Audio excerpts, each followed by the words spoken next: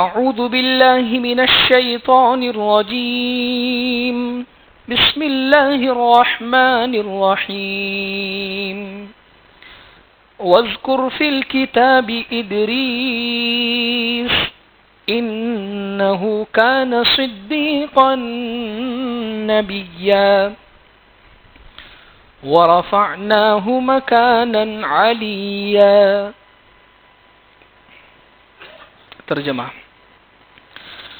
کتاب میں ادریس علیہ السلام کا بھی ذکر کیجیے، وہ بھی بہت سچے انسان اور پیغمبر تھے، ہم نے ان کو بلند رتبہ عطا کیا تھا. عزیز بزرگوں، سورہ مریم کی یہ دو آیتیں، آیت نمبر 56 اور 57 تلاوت کی ہے.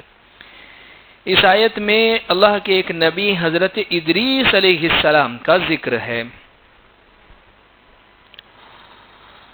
قرآن مجید میں تقریباً 28 نبیوں کے ذکر ملتے ہیں. ویسے نبی جو اللہ کی طرف سے بھیجے گئے ہیں وہ تقریباً 1.25 لاکھ کے قریب انبیاء اس دنیا میں آئے ہیں، اور بعض روایتوں میں یہ بات ملتی ہے کہ 70,000 کے قریب تو صرف بنی اسرائیل میں آئے. بنی اسرائیل کا زمانہ بہت لمبا زمانہ رہا ہے اور بہت سارے نبی آئے ہیں. کبھی کوئی ایک علاقے کے لیے، کوئی ایک بستی کے لیے، کوئی ایک جگہ کے لیے، کوئی ایک گاؤں کے لیے، کوئی ایک شہر کے پورے ملک کے لیے. تو اس طریقے سے اللہ رب العزت نے بھیجا. لیکن جو انبیاء کے تذکرے ملتے ہیں، جو انبیاء کے تذکرے ہمارے سامنے آئے، وہ تقریباً 28 نبیوں کے ذکر ملتے ہیں. ان 28 میں سے ایک نبی حضرت ادریس علیہ السلام کا یہاں پر تذکرہ ہے، اور قرآن میں ادریس علیہ السلام کا تذکرہ ایک یہاں ہے اور ایک اور دوسری جگہ پر ہے، اور بہت ہی مختصر تذکرہ ہے حضرت ادریس علیہ السلام کا. دیکھیے قرآن ان کے بارے میں یہاں کیا کہتا ہے، اور چند اسرائیلی اور تورات کی جو باتیں ہیں اس کے متعلق کیا کہتی ہے.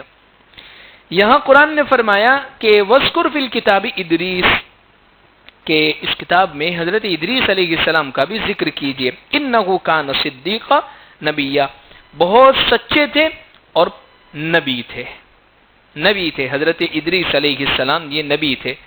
اور صدیق والی صفت، ظاہر سی بات ہے ہر نبی صدیق تو ہوگا ہی. صدیق کس کو کہتے ہیں یہ آگے حضرت ابراہیم علیہ السلام کے تذکرے میں ان کا ذکر گزر چکا ہے، کہ جو بالکل سچائی اور حق کے ساتھ چلنے والا ہوں اور جو ہمیشہ ہر حالات میں سچ بولنے والا ہوں. اور یہ انبیاء سے بڑھ کر اور کون سی ہستیاں اس صفت کے لائق ہو سکتی ہے. دیکھیں ان صفات کا ذکر کرنے کا مقصد یہی ہے کہ ہماری زندگیوں میں بھی یہ صفتیں آویں. سچائی والی صفت، سچ بولنے والی صفت، سچ کے ساتھ جمنے والی صفت یہ آنے والی بن جاوے. تو الغرض ان کا ایک تذکرہ تو صدیق کے ساتھ ہے کہ بہت سچے تھے، دوسرا تذکرہ ہے نبیہ یعنی یہ نبی تھے. دو بات. تیسری بات وَرَفَعْنَاهُ مَكَانًا عَلِيًّا، اور اللہ رب العزت نے ان کو بلند مقام پر اٹھایا تھا، بلند مقام عطا کیا تھا. یہ 3 باتیں ان کے متعلق ملتی ہے. اب حضرت ادریس علیہ السلام کا زمانہ ٹائم کون سے وقت میں یہ دنیا میں آئے تھے. دیکھیے اللہ رب العزت نے اس دنیا کو جو بسانا شروع کیا ہے، اس دنیا کو جو آباد کیا ہے، تو اس دنیا کو بسانے کی، اس دنیا کو پھیلانے کی ابتدا جو ہوئی ہے یہ حضرت آدم علیہ السلام سے ہوئی ہے. ہمارے بابا، ہمارے دادا ابا حضرت آدم علیہ السلام سے اس دنیا کی شروعات ہوئی ہے.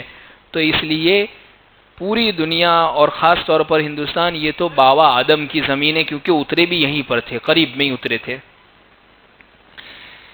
اس لیے ایک مولانا ہے، ان سے کوئی پوچھتا کہ آپ سید ہیں؟ کہا ہاں میں بھی سید ہوں. اور سید کس کو کہتے ہیں؟ جو اللہ کے نبی کے گھرانے سے ہو. پیارے آقا صلی اللہ علیہ وسلم کہا میں بھی سید ہوں. کیسے؟ تو بہت مزاحیہ بات کہتے ہیں کہ سید کہتے ہیں جو نبی کے گھرانے سے ہو، اور ہم بھی آدم علیہ السلام نبی کے گھرانے سے، تو ہم بھی سید ہوئے. تو الغرض مزاحیہ طور پر وہ کہتے تھے کہ بھائی ہم بھی سید ہیں. تو الغرض اصل سید تو وہی ہے کہ جو حضور، اچھا یہ جو نسبت پکی جا کر جو جڑتی ہو حضور کے ساتھ وہ سید ہے جنہوں نے اس صفت کو اپنے لیے خاص کر لیا ہے، اٹک لگا لی ہے، سرنیم جوڑ لیا ہے، لیکن وہ ثابت نہیں ہے یا وہ ہے نہیں ہے اس گھرانے سے، تو وہ سید نہیں کہلائیں گے، وہ صرف ایک سرنیم تک یا ایک اٹک تک ہو جائیں گے۔ بعض مرتبہ نہیں بھی ہوتے ہیں تو بھی اپنے ساتھ اس چیز کو جوڑ کر جھوٹ بھی بولتے ہیں بعض مرتبہ۔ خیر ایسوں کے متعلق پھر اگر دل میں بات آتی ہے تو اکثر تو زیادہ تر ہیلپ مانگنے ہی کے لیے آتے ہیں، مدد کے لیے، تو ان کی مدد کر دیا۔ نہیں، بہت بعض مرتبہ بہت زبردست بھی ہوتے ہیں اور بہت ان کا مقام بہت زبردست ہے، تو اگر دل میں بات آتی ہے تو مدد کر دے، اور اگر نہیں دل میں بات آتی ہے تو رخصت اچھے طریقے پر کر دے، کیونکہ ہمیں علم نہیں ہے۔ ایک بادشاہ کے متعلق ایک واقعہ لکھا ہے کہ ایک سید زادی ان کے پاس آئی اور اپنا قصہ سنایا کہ ہم فلاں جگہ پر رہتے تھے، سامان سارا اجڑ گیا، ہمارے پاس کوئی پہچان بھی نہیں ہے، پوری بستی ویران ہو گئی ہے اور ہم سید گھرانے سے ہیں، اب ہماری مدد کر دیجئے۔ بادشاہ کہتے ہیں پروف کیا ہے؟ پروف کیا ہے؟ پروف ثابت کرو، اس لیے کہ یہ بل اب تو ہو گیا ہے، وہ تو ثابت کرنا پڑے گا، پراوا دینا پڑے گا باپ دادا کا۔ بادشاہ سویا، رات کو اللہ کے نبی صلی اللہ علیہ وسلم خواب میں آئے، جنت دکھائی گئی، حضور میں جانا چاہتا ہوں۔ مومن جائیں گے، حضور میں مومن ہوں۔ کیا دلیل ہے کہ تم مومن ہو؟ اس کی دلیل پیش کرو، کیا دلیل ہے؟ وہ خاموش۔ اللہ کے نبی صلی اللہ علیہ وسلم نے فرمایا کل رات ہماری بیٹی آپ کے پاس آئی تھی، آپ ان سے دلیل مانگتے ہیں۔ گھبرا کر اٹھا بادشاہ اور تلاش کر رہا ہے، کسی کو بھی کہا نہیں بلکہ خود ہی دوڑ رہا ہے، مسلمان تھا وہ، تلاش کر رہا ہے۔ اللہ کی شان، ایک غیر مسلم کے یہاں پر وہ بچی گئی اور اس نے پناہ دی، اور وہ وہاں پر اپنی کھانے کا انتظام اور ساری تکلیف ان کے سامنے جب ذکر کی تو وہ سارا انتظام کر رہے تھے۔ یہاں پر جا کے وہ اسے منت کر رہا ہے، درخواست کر رہا ہے کہ بھائی مجھے دے دے، اور یہ روب جھاڑ رہا ہے میں مسلمان ہوں، تو غیر مسلم ہے، یہ تو ہمارے والے ہیں، جس کہتے ہیں ہمارے والے، تو وہ کہتا ہے یہ تو ہمارے والے ہیں، تو ہمارے والے تو آپ والے نے فائدہ نہیں دیا ہے اس کو، آپ اور پریشانی کر رہے تھے ان کو اور پروف مانگ رہے تھے۔ تو وہ بہت اچھا جملہ اس نے کہا کہ کل رات جس وقت اللہ کے نبی صلی اللہ علیہ وسلم آپ کے خواب میں آئے اور آپ کو وہاں سے نکالا جا رہا تھا، اسی جنت کے قریب ہم کو کیا جا رہا تھا، اور حضور نے آ کر ہمیں بھی یہی بات بتلائی، اور ہم ایمان میں کل رات میں ہی داخل ہو گئے ہیں، صرف اس نسبت سے کہ ایک سید زادی کی مدد کی ہے۔ حضرت جنید بغدادی یا پیران پیر حضرت سیدنا شیخ عبد القادر جیلانی، ان دونوں بزرگوں سے کے متعلق ایک واقعہ لکھا ہے، ان کے متعلق، ان میں سے کسی ایک کے متعلق۔ بڑے زبردست پہلوان تھے، بہت زبردست پہلوان تھے، یعنی اگر جو سامنے والا کیسا بھی زبردست اس کو پچھاڑ دیا کرتے تھے۔ تو ایک مرتبہ ایک بہت دبلا پتلا شخص آیا اور چیلنج دیا حضرت جنید بغدادی رحمۃ اللہ علیہ کو کہ میں ان سے مقابلہ، کہا جنید سے مقابلہ، جنید سے، تو کہاں اور اتنا پتلا، کہا میں کروں گا۔ پورے شہر میں اعلان ڈھنڈورا پٹ گیا۔ حضرت جنید رحمۃ اللہ علیہ سامنے آئے، ابھی جنید بغدادی نہیں بنے تھے، ابھی رحمۃ اللہ علیہ نہیں بنے تھے، ایک عام جنید تھے۔ اور وہ شخص جب سامنے آیا تو کان میں صرف اتنا کہا کہ جنید میں سید ہوں، میں اگر کسی کے سامنے اگر ہاتھ پھیلاؤں گا تو یہ میرے نانا کی اور میرے گھرانے کی ذلت ہوگی اس کے اندر، اس لیے میں نے اس کو مناسب نہیں سمجھا، میں اس لیے آیا ہوں کہ میں مقابلہ کر کے وہ انعام حاصل کرے، فخر سے میں لینے والا بناؤں، میں سید کو بدنام نہیں کرنا چاہتا ہوں۔ حضرت جنید بغدادی بالکل اس کے سامنے لڑائی کے میدان میں ہار گئے۔ تو لوگوں نے کہا کہ یہ کیسا معاملہ ہو گیا، جنید ہار گئے اور اتنے پتلے دبلے آدمی سے، پھونک مارے تو اڑ جاؤ، جسے ہم کہتے ہیں نا پھونک مارے تو ایسے آدمی سے ہار گئے، دوسری مرتبہ تیسری مرتبہ بھی ہار گئے۔ اللہ کو یہ ادا اتنی پسند آئی کہ جنید کو جنید بغدادی رحمۃ اللہ علیہ بنا دیا۔ خیر سید پر بات آئی تو ذکر کر دی، سید کا مقام بڑا اونچا ہے، اس لیے کہ ان کا نسب جن سے جڑتا ہے وہ بہت پیارا گھرانہ ہے، وہ حضور کی اولاد میں سے ہے۔ فضائل اعمال کے لکھنے والے حضرت شیخ زکریا رحمۃ اللہ علیہ 10 سال تک مدینہ کے اندر بیٹھ کر یہ اللہ کے نبی صلی اللہ علیہ وسلم کا روزہ اور یہاں بیٹھ کر پڑھاتے تھے، اللہ کے نبی صلی اللہ علیہ وسلم کے روزے کے پاس بیٹھ کر پڑھاتے تھے۔ کون سی کتاب؟ بخاری شریف۔ ہم پڑھتے ہیں حدیث کی کتاب تو ہم کیا کہتے ہیں؟ قال رسول اللہ، اللہ کے نبی صلی اللہ علیہ وسلم نے فرمایا. وہ یہ نہیں کہتے، وہ فرماتے قال صاحب هذه القبر، اس قبر والے نے یہ بات فرمائی ہے. یہاں جو آرام فرمائے ہیں اس ذات نے یہ بات بتلائی ہے. لکھا ہے کتابوں کے اندر 10 سال کے زمانے کے اندر مواجہہ شریف، یعنی جہاں کھڑے ہو کر جالی کے بالکل سامنے سلام پیش کی جاتی ہے، صرف 2 مرتبہ حاضر ہوئے ہیں. ایک موقع پر حضرت مولانا اسعد مدنی صاحب یا غالباً مولانا حسین احمد مدنی یہ گئے تھے، اور ایک اور دوسرا موقع تھا، وہ 2 موقع پر ان کے ساتھ پیچھے پیچھے چلے گئے سلام پیش کرنے کے لیے. اور یہ بات لکھی ہے کہ یہ سید گھرانے کے لوگ ہیں، یہ ان کی آل اور اولاد ہے. ظاہر سی بات ہے نانا تو نظر فرمائیں گے اپنی اولاد کی طرف، تو جب ان کے اوپر نظر پڑے گی تو ہم گنہگاروں پر بھی آپ کی نظر پڑ جائے گی. سید کا یہ مقام ہے. تو الغرض عزیز بزرگ بات یہ ذکر کر رہا ہوں کہ حضرت آدم علیہ السلام سے دنیا آباد ہوئی ہے، چلی ہے. پہلے پیغمبر ہیں حضرت آدم علیہ السلام. حضرت آدم علیہ السلام کے بعد آپ کے صاحبزادے حضرت شیث علیہ السلام نبی بنائے گئے. حضرت شیث علیہ السلام کے بعد جن کو نبوت دی گئی، سیرت کی کتابوں میں وہ ملتا ہے کہ وہ حضرت ادریس علیہ السلام تھے. یعنی ان کا زمانہ حضرت نوح علیہ السلام سے بھی پہلے کا زمانہ ہے، بلکہ 1000 سال پہلے کا زمانہ بعضوں نے تو لکھا ہے کہ اتنا پہلے کا زمانہ. تو حضرت ادریس علیہ السلام شیث علیہ السلام کے پوتے ہوتے ہیں، اور نوح علیہ السلام سے پہلے کا زمانہ. اچھا، یہ اس موقع پر یہ انسانی دنیا کے بسنے کا دور تھا. ہر نئی چیز یہ انبیاء نے انسانوں کو جہاں دین کی دعوت دی ہے، وہیں پر ہر نئی چیز یا ہر نیا طریقہ یا ہر نئی بات ان کو بتائی گئی کہ اس دنیا کے اندر مسائل کے ساتھ، عبادتوں کے ساتھ اور اسی طریقے سے اللہ کے ماننے کے ساتھ دنیا کے اندر بسنا کیسے ہے، رہنا کیسے ہے، اور اس دنیا کے اندر کون سے کاموں کی ضرورت پڑتی ہے، وہ ساری چیز بھی بتاتے تھے. جیسے اب حضرت آدم علیہ السلام کی اولاد میں سے ہی قابیل نے قتل کر دیا حابیل کو. یہ دنیا کا پہلا مرڈر کیس تھا. اس سے پہلے کوئی مرا ہی نہیں تھا. یہ پہلی موت، پہلا مرڈر، پہلا دنیا سے انسان جانے والا. اب لاش کا کرنا کیا ہے؟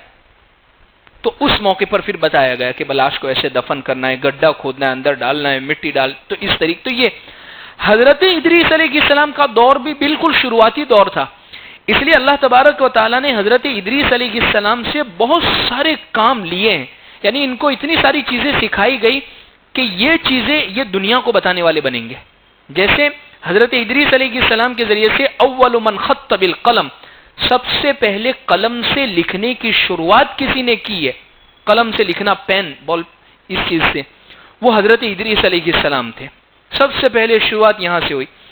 اسی طریقے سے اول من اخذ السلاح، سب سے پہلے ہتھیار بنانا کسی نے ایجاد کیا. اس سے پہلے دنیا میں ہتھیار نہیں ہوتے. سب سے پہلے شروعات جو ہوئی حضرت ادریس علیہ السلام نے کی ہے. اس لیے کہ قابیل کے بیٹے نے وہ قتل کیا تھا، قابیل نے قتل کیا تھا حابیل کا، تو اس کی اولادوں کے ساتھ جو جہاد کرنا تھا، جنگ کرنی تھی، تو حضرت ادریس علیہ السلام نے باقاعدہ اسلحہ اس کے لیے تیار کیے تھے. تو سب سے پہلے اسی طریقے سے اول من نظر فی علم الحساب، کہ سب سے پہلے حساب کتاب کا جو علم جو شروع کیا ہے، بھائی حساب کتاب کیسے کرنا ہے، تو وہ حضرت ادریس علیہ السلام. اس لیے سارے اکاؤنٹنٹ، سی اے، یہ حضرت ادریس علیہ السلام کی روحانی اولاد ہوئی ایک طرح کے، کیونکہ سب چیز شروعات سیکھنا وہاں سے شروع ہوا ہے. انہوں نے سب چیز کی بنیاد رکھی. اسی طریقے سے ناپ تول کیسے کیا جاتا ہے، کوئی چیز تول کے کیسے دی جاوے، کسی چیز کو وزن کر کے کیسے لیا جاوے، کسی چیز کا ایک آلہ کیسے ناپا جائے، یہ سب شروعات جو ہوئی ہے حضرت ادریس علیہ السلام نے. بلکہ اول من خاط الثياب، سب سے پہلے جنہوں نے کپڑے سی کے پہنے وہ حضرت ادریس علیہ السلام ہے. اس سے پہلے لوگ کپڑے نہیں پہنتے تھے، چمڑے جانوروں کے پھاڑتے تھے اور وہ پہنتے تھے، جیسے آدیواسی، اور جیسے بعض لوگ بتاتے ہیں کہ آدیواسی یا دنیا کے اندر پہلے. تو وہ شروعات لوگوں کو جو تمدن دیا ہے، تہذیب جو دی ہے، کپڑے کا جو ہنر دیا ہے، وہ حضرت ادریس علیہ السلام سے. یعنی کپڑا بھی آیا ہے تو کپڑے کے جتنے ویپر ہے وہ بھی حضرت ادریس علیہ السلام کی ایک طریقے سے دین ہے. علماء نے یہاں پر ایک بات لکھی کہ دیکھیے جتنی بھی ترقی دنیا میں ہوگی ان تمام ترقی کے بانی تو حضرت ادریس علیہ السلام ہے. جیسے قلم، تو قلم کی ابھی اس زمانے کے اندر ماڈرن تصویر اگر کہہ لیجئے تو وہ میڈیا ہے. بھئی پہلے قلم تھا، قلم سے لکھ کر ایک دوسرے کو خبر دی گئی، پھر اس کو ترقی کر کے اور دوسری چیز پر لایا گیا، تو وہ ساری کی ساری چیزیں تو ترقی کر کے پہنچی ہے، پرنٹ ہو، الیکٹرانک ہے، جو بھی ہو، تو وہ حضرت ادریس علیہ السلام ہی کی دین ہے. اس لیے لکھا ہے کہ دنیا کی ساری ترقی کے اندر مسلمان آگے رہے. بعض لوگ جیسے یہ کہہ دیتے ہیں کہ مسلمان تو بہت ہی بیکورڈ ہوتا ہے، اور بعض طنز کے جملے بھی کستے ہیں کہ یہ تو پنکچر کی دکانوں پر مل جائیں گے، ہوٹلوں پر مل جائیں گے، اور اس طریقے پر مل جائیں گے. تو دنیا کے اندر ترقی جہاں سے شروع ہوئی ہے وہاں مسلمان ہی تھا سب سے پہلے، ابتدا وہیں سے ہوئی ہے. یہ تو نبی والا دور ہے، یعنی ابتدا ہے. اس کے بعد رک کر جو دور آیا ہے، جیسے جابر بن حیان، اسی طریقے سے ابن سینا، اسی طریقے سے ابن بطوطہ، اسی طریقے سے الخوارزمی، اسی طریقے سے مولانا رومی، انہوں نے دنیا کو جو جو علم دیے ہیں، ڈاکٹری کا علم، سائنس کا علم، جغرافیہ کا علم، دنیا کے نقشے کیسے کھینچے جاتے ہیں، ساری دنیا کے نقشے تیار کرنے والے مسلمان ہیں. میپ جو سارا کے سارا مل رہا ہے وہ مسلمانوں کی دین ہے. تو الغرض عزیز بزرگوں، ترقی ساری مسلمانوں دی ہے، تو اس زمانے میں بھی ترقی مسلمانوں کو کرنی چاہیے. اس کے لیے علم پڑھنا پڑے گا، لیکن اس علم کو پڑھتے پڑھتے شریعت کو پیچھے نہیں رکھ دیں. جیسے بعض لوگ کہتے تھے کہ یا تو ہاتھ میں قرآن رہے گا یا پھر ہاتھ کے اندر دنیاوی علم رہے گا. نہیں، دونوں کو ساتھ میں لے کر چلنا ہے تو ہے ترقی صحیح معنی کے اندر. ورنہ اگر ایک چیز آ رہی ہے اور ایک چیز چھوٹ رہی ہے تو پھر وہ صحیح معنی میں ترقی نہیں ہوئی ہے. اس لیے خوب پڑھائے اولادوں کو بھی. تو الغرض حضرت ادریس علیہ السلام کے متعلق فرمایا یہ تمام ایجادات ان کی تھی. ایک جملہ جو غور کرنے کے قابل ہے، جس کا میں نے ترجمہ کرتے وقت یہ کیا تھا، ان کو بلند رتبہ دیا. پھر جب میں نے تشریح کی تو اس کا میں نے ترجمہ کیا کہ ان کو بلند مقام پر اٹھایا. وجہ اس کی یہ ہے، حضرت ادریس علیہ السلام کے متعلق تورات کی تالمود اور حضرت کعب احبار کی اسرائیلی روایت، حضرت کعب احبار اسرائیلی روایت کا تذکرہ میں پہلے بھی کر چکا ہوں کہ کچھ باتیں وہ ہیں جو یہودیوں کی طرف سے آئی ہے، تورات ہے یا دوسری کتابوں سے، جو اسرائیلی روایات، یعنی وہ ایسی چیزیں ہیں جس کے متعلق قرآن میں بھی نہیں ہے، حدیث میں بھی نہیں، لیکن اسرائیلیوں کی بیان کردہ وہ چیزیں اس کے متعلق لا یصدق ولا یکذب. یوں بھی نہیں کہہ سکتے یہ سچی ہے، یہ بھی نہیں کہہ سکتے یہ جھوٹی ہے. بھئی اللہ جانتا ہے کیا ہے اس کا معاملہ. تو ایسے ہی اس جملے کے متعلق تورات میں اور یہودی یہ کہتے ہیں اصل میں حضرت ادریس علیہ السلام کو اللہ تبارک و تعالیٰ نے آسمان پر اٹھا لیا تھا جیسے حضرت عیسیٰ علیہ السلام کو اٹھایا. تو وہ ترجمہ اور وہ اس کا مطلب یہ نکالتے وَرَفَعْنَاهُ مَكَانًا عَلِيًّا، ان کو اونچے مقام پر اٹھایا. اس کا مطلب یہ ہے کہ ان کو چوتھے آسمان پر لے جا کر بٹھا دیا تھا. یہ مطلب بیان کر. جمہور مفسرین یعنی سارے مفسرین اکثر اس بات کو کہتے ہیں نہیں، یہ بات درست نہیں ہے. درست بات یہ ہے ان کو اونچے مقام تک اٹھایا، یعنی ان کو عہدہ، منصب، مقام، مرتبہ ان کا اونچا کیا. جیسے حضور کے متعلق سورہ الم نشرہ میں ہے وَرَفَعْنَا لَكَ ذِكْرَكَ، کہ ہم نے آپ کا نام اونچا اٹھا دیا، آپ کا ذکر آپ کو اونچا کر دیا ہے. تو آپ کو اونچا کر دیا مطلب آپ کا نام بلند کر دیا ہے. تو یہ اونچا اٹھانے کا مطلب یہی ہے کہ آپ کے نام کو، آپ کے ذکر کو اور آپ کی تعلیمات کو، آپ کے تذکرے کو اللہ تبارک و تعالی نے اونچا کر دیا ہے، بلند کر دیا ہے. تو الغرض یہ حضرت ادریس علیہ السلام ہے جن کا تذکرہ مختصر 2 آیتوں میں مکمل ہو گیا ہے. انشاءاللہ اللهم لك الحمد كما أنت أهل فصل على محمد كما أنت أهله وافعل بنا ما أنت أهله فإنك للتقوى المغفرة. ربنا آتنا في الدنيا حسنة وفي الآخرة حسنة وقنا عذاب النار. جزا الله عنا محمدا صلى الله عليه وسلم بما هو أهله. سبحان ربك رب العزة عما يصفون وسلام على المرسلين والحمد لله رب العالمين برحمتك يا. ہمارے اس چینل کو الانوار میڈیا کو سبسکرائب کرے، ویڈیو اگر پسند آئے لائک کرے، کمنٹس کرے اور اپنے دوست احباب میں ایک ثواب کی نیت سے ضرور شیئر کریں اور ہمیں دعاؤں میں ضرور یاد رکھیں.